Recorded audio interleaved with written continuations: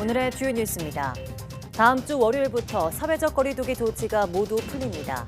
정부는 사적 모임 인원 10명, 밤 12시까지로 되어 있는 현행 거리두기를 전면 해제하고 행사와 집회, 종교시설 인원 제한도 없애기로 했습니다. 하지만 마스크 착용은 당분간 현행대로 유지됩니다. 김부겸 총리는 실내 마스크 착용은 상당 기간 유지가 불가피하다고 밝히고 실외 마스크 착용에 대해서는 2주 후 방역 상황을 평가해 결정할 것이라고 말했습니다. 거리두기 해제 일주일 뒤인 25일부터는 영화관과 체육관에서 음식을 먹는 것도 가능해집니다. 정부는 다음 한 주간 준비 기간을 거친 뒤 실내 다중이용시설에서의 음식물 섭취 금지 조치도 푼다는 방침입니다. 오는 25일부터 코로나19 감염병 등급이 현행 1등급에서 2등급으로 조정됩니다. 또 등급 조정에 따른 추가 조치는 4주간의 이행기를 갖고 단계적으로 추진되는데 이행기가 끝나면 확진자 격리 의무는 권고로 바뀌고 재택치료도 없어지게 됩니다. 오늘 발표된 코로나19 신규 환자가 12만 5,846명으로 전날보다 2만 2천여 명 줄었고 지난주 금요일과 비교하면 7만 9천여 명 줄었습니다. 위중증 환자는 999명으로 이틀째 1,000명 아래를 지켰고 숨진 환자는 264명 늘었습니다.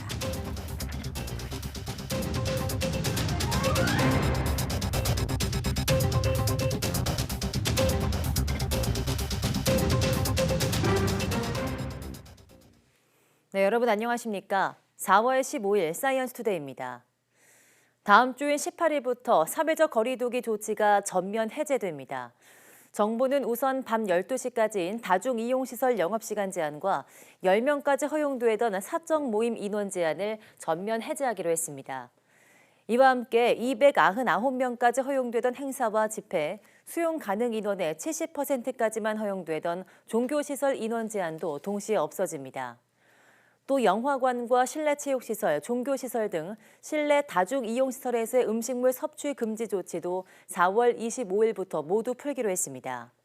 다만 실내 마스크 착용은 상당 기간 유지가 불가피한 만큼 일단 유지하고 실외 마스크 착용에 대해서는 2주 후 방역 상황을 평가해 결정할 방침입니다.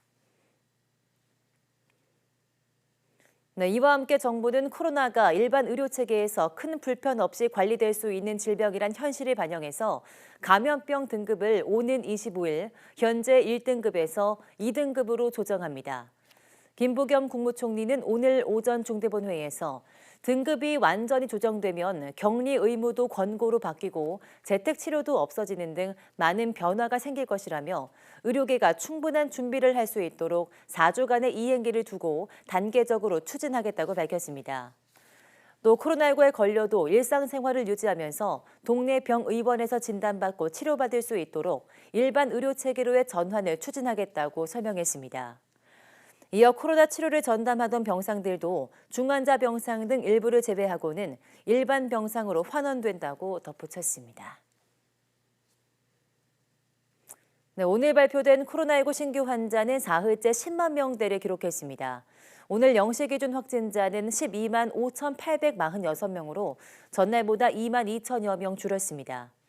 지난주 금요일과 비교하면 7만 9천여 명이 줄어서 감소세가 이어졌습니다.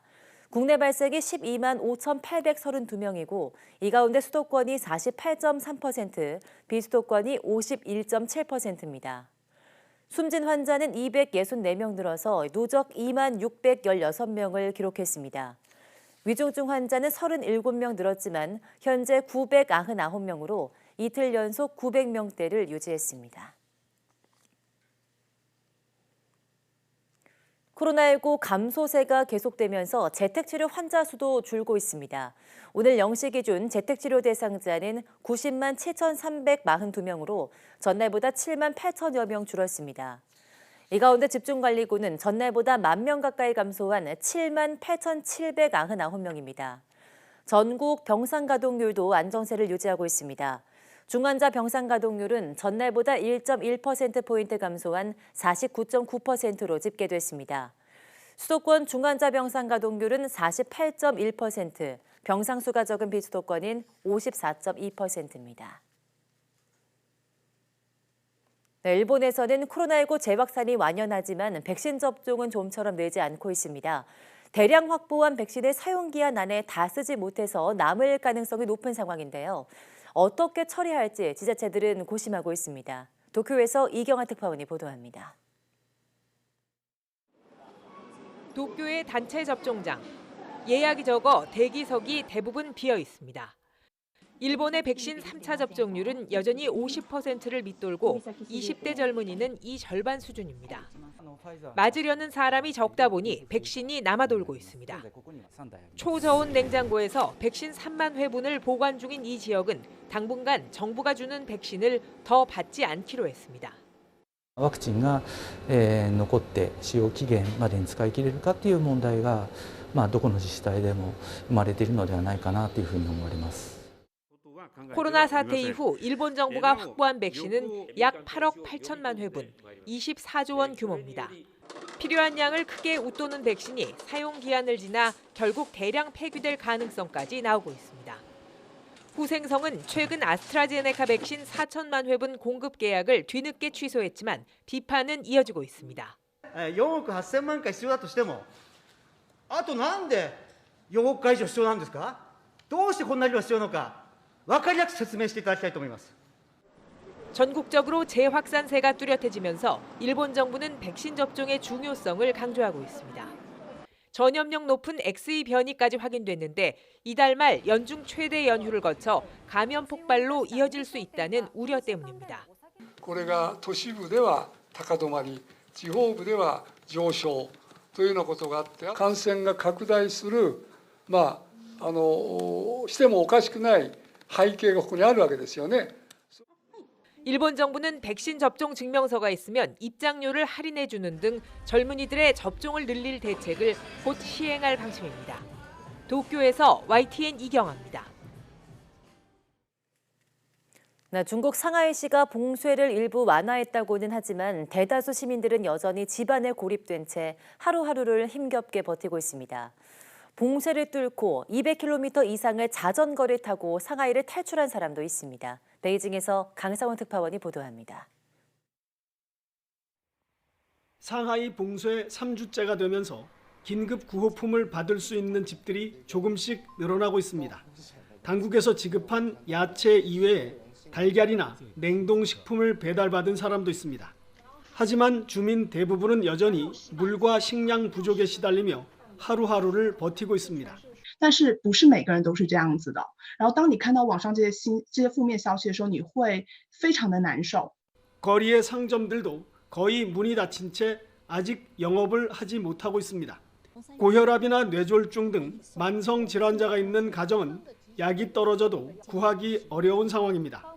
配合任何一级的领导去做好抗疫的工作，但是我们也希望我们的生命能够被尊重。 중국 생활에 익숙하지 않고 말도 잘 통하지 않는 외국인들의 불안감은 클 수밖에 없습니다. 이런 장기 격리가 언제 끝날지 모른다는 게 더 힘이 듭니다. さすがにそれされるとちょっと僕も発狂しちゃうかもしれない。 외부로 나가는 주요 도로가 봉쇄된 상하이를 자전거를 타고 탈출한 사람도 생겨났습니다. 한 중국인 중년 남성이 공유 자전거를 빌려 타고 6일 동안 220km를 달려 안후이성까지 갔다가 결국 붙잡혔습니다. 이런 상황에서 상하이의 하루 신규 감염자 수는 계속 늘어나고 있어 봉쇄가 다음 달까지 이어질 수 있다는 전망도 나오고 있습니다. 베이징에서 YTN 강성웅입니다. 화이자와 바이오엔테크는 코로나19 백신 추가 접종이 5세에서 11세 연령대 면역 반응을 강화하는 것으로 나타났다고 밝혔습니다. 두 회사는 5세에서 11세 어린이 140명을 대상으로 한 소규모 임상시험에서 추가 접종을 한 지 한 달 후 코로나19에 대한 항체 수준이 2차 접종 한 달 후에 비해서 6배가 됐다고 발표했습니다.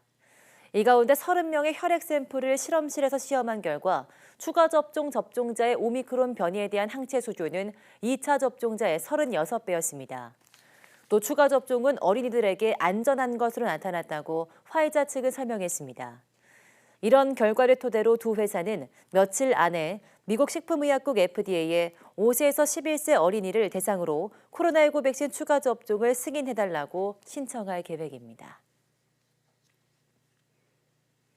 네, 2년 이상 지속하는 코로나19를 되돌아보고 바이러스가 우리 삶에 미치는 영향 등을 살펴보는 바이러스 고백 전시가 오는 8월 28일까지 국립과천과학관에서 열립니다. 이번 전시는 바이러스와 인간의 조화, 바이러스와의 대충돌, 바이러스에게 보내는 메시지, 바이러스와의 공존 등의 주제를 담은 4개의 공간으로 구성됐습니다. 또 마스크에 숨어있는 과학 원리, 코로나19 진단 원리 등을 실험을 통해 알아보는 특별 과정과 전문가가 참여하는 심층 강연 등이 부대 행사로 진행됩니다. 바이러스 고백 전시의 전시물들은 모두 이동형으로 제작돼 향후 전국의 과학관 등을 대상으로 순회 전시될 예정입니다.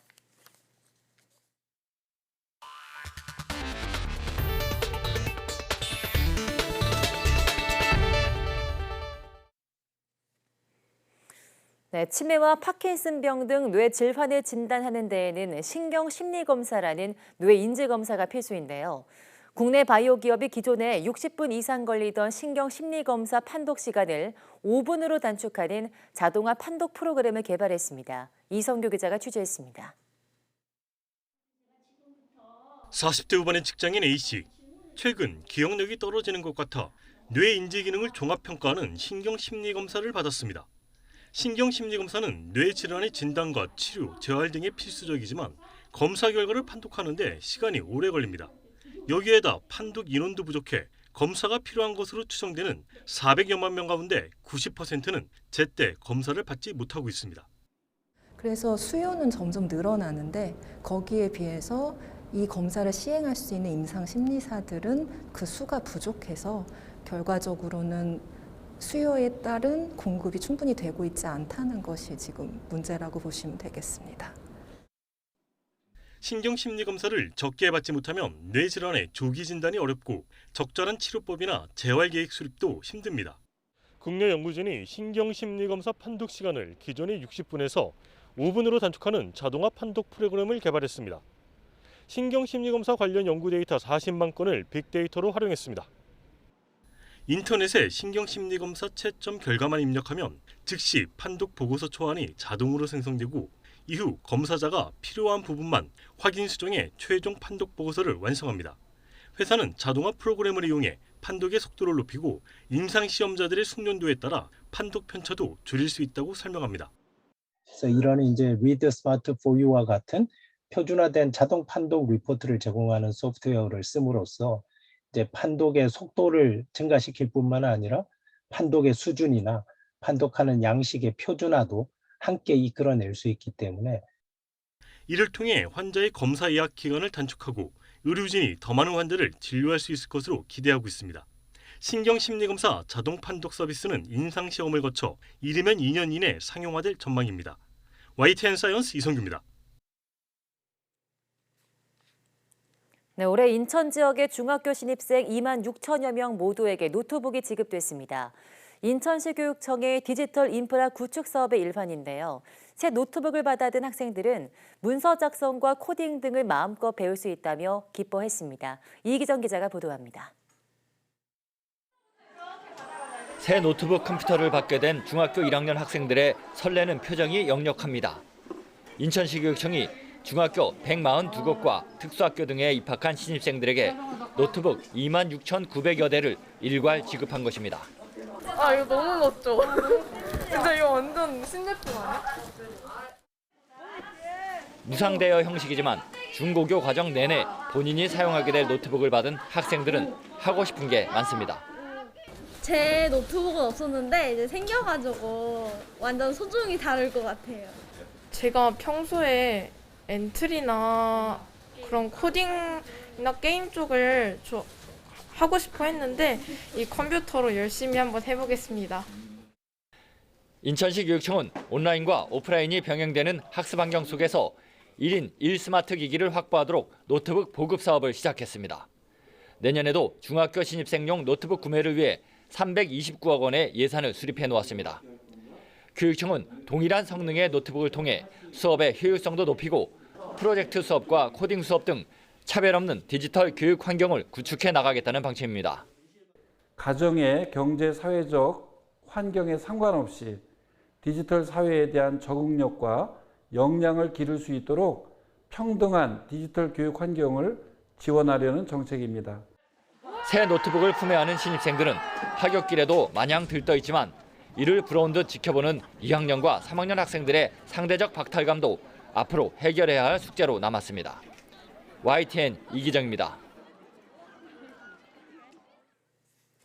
네, 한국은행이 어제 기준금리를 또 한 번 올렸는데 가장 큰 이유는 천정부지로 치솟는 물가 때문입니다. 하지만 연이은 금리 인상으로 경기 성장세가 주춤거리고 대출 이자 부담이 커지는 건 당국의 부담으로 작용하고 있습니다. 조태현 기자입니다. 지난해 8월 이후 기준금리를 4차례 모두 1%포인트 올린 한국은행. 가장 큰 이유는 치솟는 물가입니다. 지난달 수입 물가마저 1년 만에 35% 넘게 폭등하면서 소비자 물가가 장기간 고공행진을 이어갈 가능성이 한층 커졌기 때문입니다. 앞으로 소비자 물가는 당분간 4%대의 높은 오름세를 이어갈 것으로 보이며 연간 상승률도 2월 전망치인 3.1%를 크게 상회할 것으로 예상됩니다. 기준금리를 높이면 시중에 자금이 줄어드니 자연스럽게 물가를 억제하는 효과가 생깁니다. 다만 기준금리 인상만으로 고물가를 잡을 수 있을지는 미지수입니다. 통화 정책만으론 관리할 수 없는 국제유가 등 원자재 가격의 고공행진이 물가에 가장 큰 영향을 미치고 있기 때문입니다. 공급 측 요인에 의한 물가 인상이기 때문에 굉장히 잡기가 어렵다라고 말씀드릴 수 있습니다. 결국 원자재 가격 그리고 물건을 만드는 데 사용되는 비용이 올라가면서 생기는 것이기 때문에 이것을 흔히 말하는 국내적인 통화 정책을 통해서 막기는 굉장히 어려운 상황인데요. 자칫 대출받은 사람들의 부담만 커질 수 있다는 우려가 적지 않습니다. 지난해 말 기준 전체 가계빚은 1,800조 원을 훌쩍 넘어섰습니다. 기준금리를 0.25%포인트 높일 때마다 이자 부담은 3조 원 가까이 늘어나게 됩니다. 대출을 받고 주택을 구입한 사람들에게는 가계 부담이 높아질 수밖에 없습니다. 특히 이제 그 금리가 지속적으로 올라간다는 예상이 있기 때문에 금리가 지속적으로 올라간다는 그 가정하에서는 부동산 보유가 부담스러울 수밖에 없습니다. 기준금리 인상은 경기 회복세를 더디게 할 수 있지만 그렇다고 안 한다면 인플레이션을 막기 힘들어집니다. 이 때문에 새로 출범할 정부가 물가와 경기, 실수요자 보호까지 다 챙길 수 있을지에 관심이 쏠립니다. YTN 조태현입니다. 네, 러시아 흑해함대 기함인 모스크바 함에서 큰 폭발이 일어나 침몰했습니다. 우크라이나 측 주장대로 미사일 공격으로 인한 것인지는 확인되지 않았지만 우크라이나 동남부에서 전선에 집중하려는 러시아군에게는 큰 타격이 될 거라는 분석입니다. 보도에 김은건 기자입니다. 러시아 흑해함대를 이끄는 모스크바함. 다양한 크루즈 미사일과 대공 미사일을 갖춰 역내 최강 전력을 자랑하는 순양함입니다. 우크라이나군은 현지 시각 13일 지대함 미사일로 모스크바함을 공격해 상당한 피해를 줬다고 주장했습니다. В Чорноморській операційній зоні протикорабельними ракетами «Нептун» уражений крейсер «Москва», флагман Чорноморського флоту Росії, отримав суттєве пошкодження. Виникла пожежа. 이에 러시아 국방부는 모스크바함에서 탄약이 폭발해 화재가 발생했을 뿐이라고 반박했습니다. 또 승무원들은 다른 배로 대피했다며 항구를 예인하던 중 악천후 속에 침몰했다고 밝혔습니다. 미국 정부는 우크라이나의 공격 여부를 확인할 수는 없지만 러시아에는 큰 타격이 될 것이라고 밝혔습니다. One story is that it was just incompetence, and the other was that they came under attack, and neither is a particularly good outcome for them.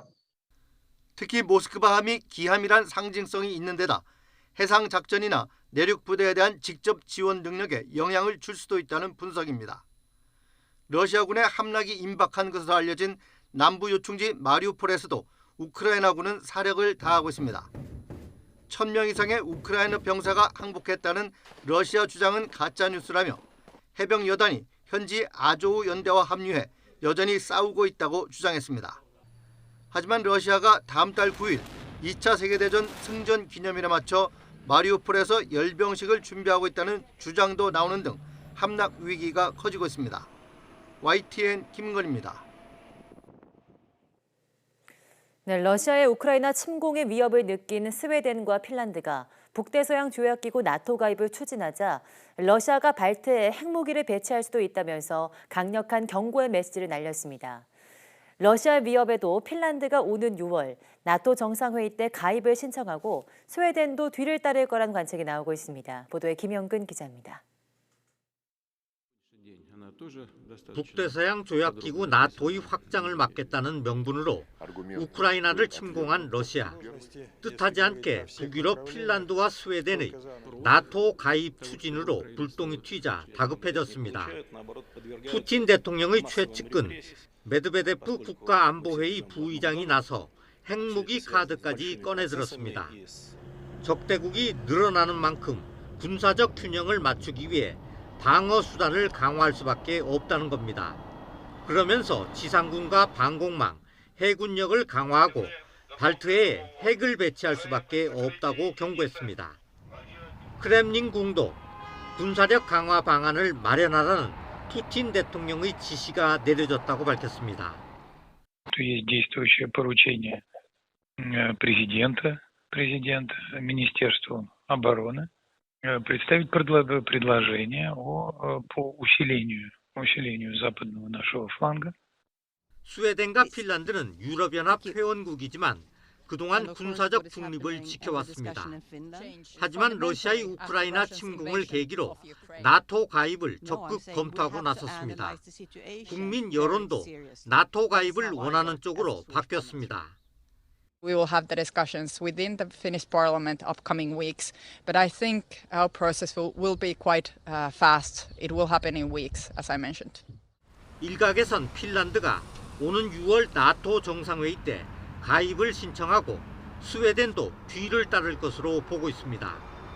나토 확장 저지를 막기 위해 감행한 러시아의 우크라이나 침공이 오히려 중립국의 나토 가입을 촉진하는 자충수가 되고 있습니다. YTN 김영근입니다. 네, 우크라이나 의회가 러시아군의 침략 행위를 집단 학살이라고 규정하는 결의안을 채택했습니다. 우크라이나 의회는 결의안에서 러시아군이 저지른 행위는 단순한 침략 범죄가 아니라 우크라이나인에 대한 체계적이고 일관된 파괴, 정체성과 자기 결정권과 독립성을 박탈하는 것을 목표로 하고 있다고 비판했습니다.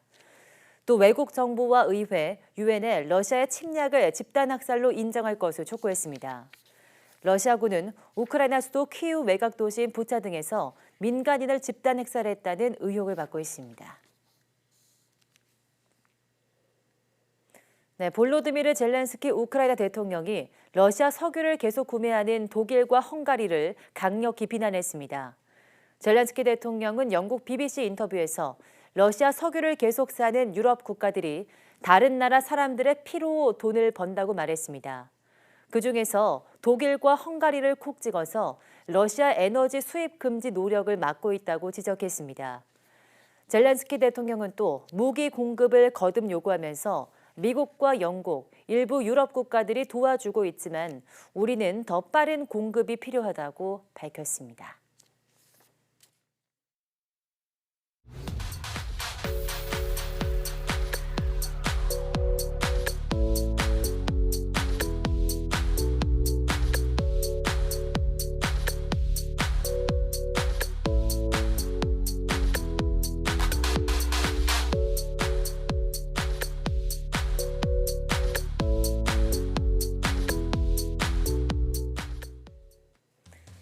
네, 이번 주말을 끝으로 사회적 거리 두기 조치가 모두 해제됩니다.